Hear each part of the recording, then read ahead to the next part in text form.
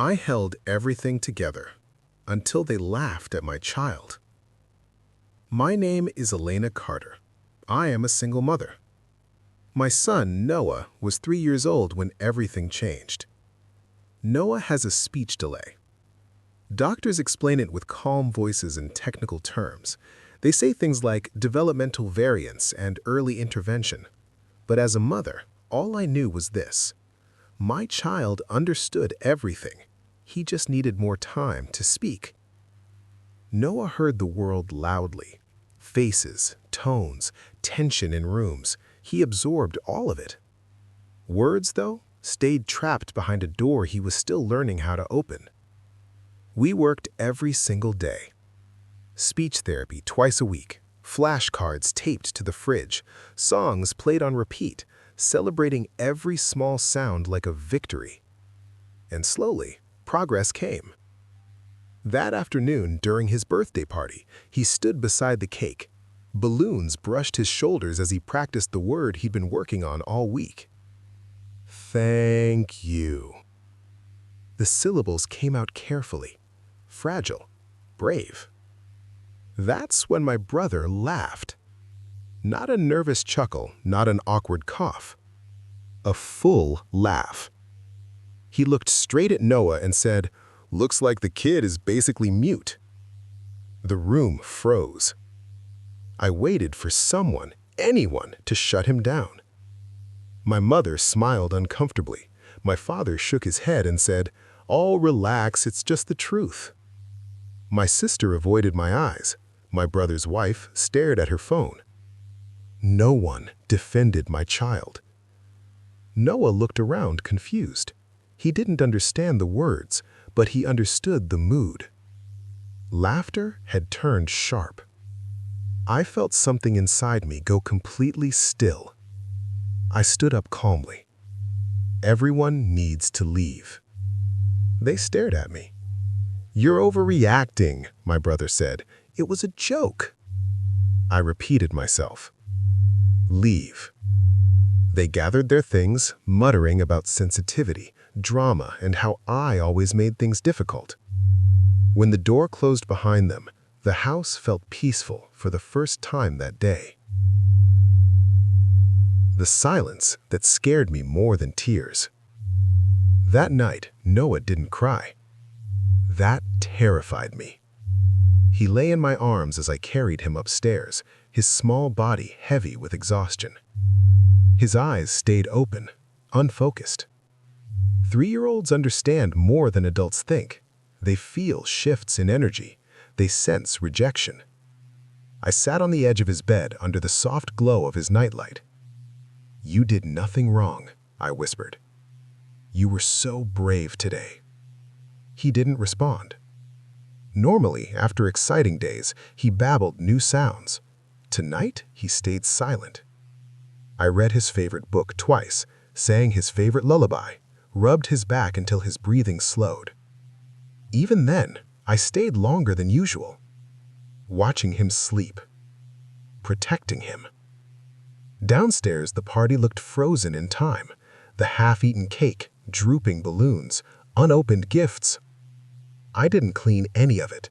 Instead, I went into my home office. The file no one knew existed. I turned on my desk lamp and opened my laptop. There was a spreadsheet I'd kept for years. No one knew it existed. It tracked every quiet contribution I'd made to my family's life. After Noah's diagnosis, I had thrown myself into building something meaningful. Late nights, coding, designing, reaching out to therapists and parents. I created a digital platform for children with speech delays. Interactive tools, virtual therapy sessions, progress tracking. It grew faster than I ever expected. Investors came, contracts followed. 2 years ago, the company went public. The numbers became life-changing. But I never changed my lifestyle. Same modest house, same practical car, same focus on my child. Meanwhile, my family assumed I was barely managing as a single mom. I never corrected them. Instead, I quietly helped. My parents' country club membership, $18,000 a year, paid anonymously. My mother's private medical specialists, $3,000 to $4,000 a month, covered directly. My father's luxury SUV lease, $1,500 monthly, handled through the dealership. Family vacations, flights, houses, meals, $20,000 some years. And the biggest one, my brother and wife's house. Every month I made extra mortgage payments, thousands, lowering their interest, saving them years. They thought it was luck. In total, I sent out nearly $20,000 every single month. And I never asked for thanks. I wanted them to love me for me. Tonight changed that. The decision. I opened my banking portal. One by one, I canceled everything. Country club membership? Terminated. Medical billing? Stopped. Car lease support? Ended. Vacation fund? Closed. Mortgage assistance? Canceled. Each click made a soft confirmation sound. No announcements, no warnings. The spreadsheet turned red. For the first time in years, my outgoing column hit 0. I leaned back in my chair. This wasn't revenge. It was protection. The calls began. The next morning, my phone wouldn't stop ringing. My brother called first, panicked, angry, desperate. "You stopped the mortgage payment," he said. "We're short thousands." "Yes." "You can't do that." "I already did." "It was a joke." My child felt it. He begged, he yelled, he threatened. I stayed calm.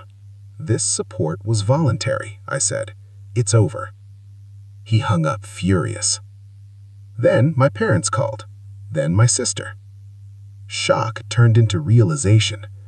"How long have you been doing this?" my mother whispered. "Years." "You've been supporting us this whole time?" "Yes." Silence. They were stunned, but not remorseful enough. They wanted the money back. I said no.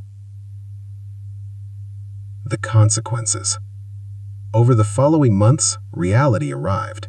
My brother sold his house, moved into a smaller apartment. My father downgraded his car. My mother changed doctors. Family vacations disappeared. Contact faded. No apologies, no accountability, just silence. What I gained. The money went somewhere better. I started a foundation for children with speech delays, grants, therapy access, training programs. Dozens of families got help, then hundreds, then thousands. Noah kept progressing. Some days were hard, some days were magical. One afternoon, he looked at me and said, "Love you, Mom." Clear, strong, unafraid. That was everything. The final truth. I lost a family that laughed at my child. I gained peace. And I would make the same choice again every single time.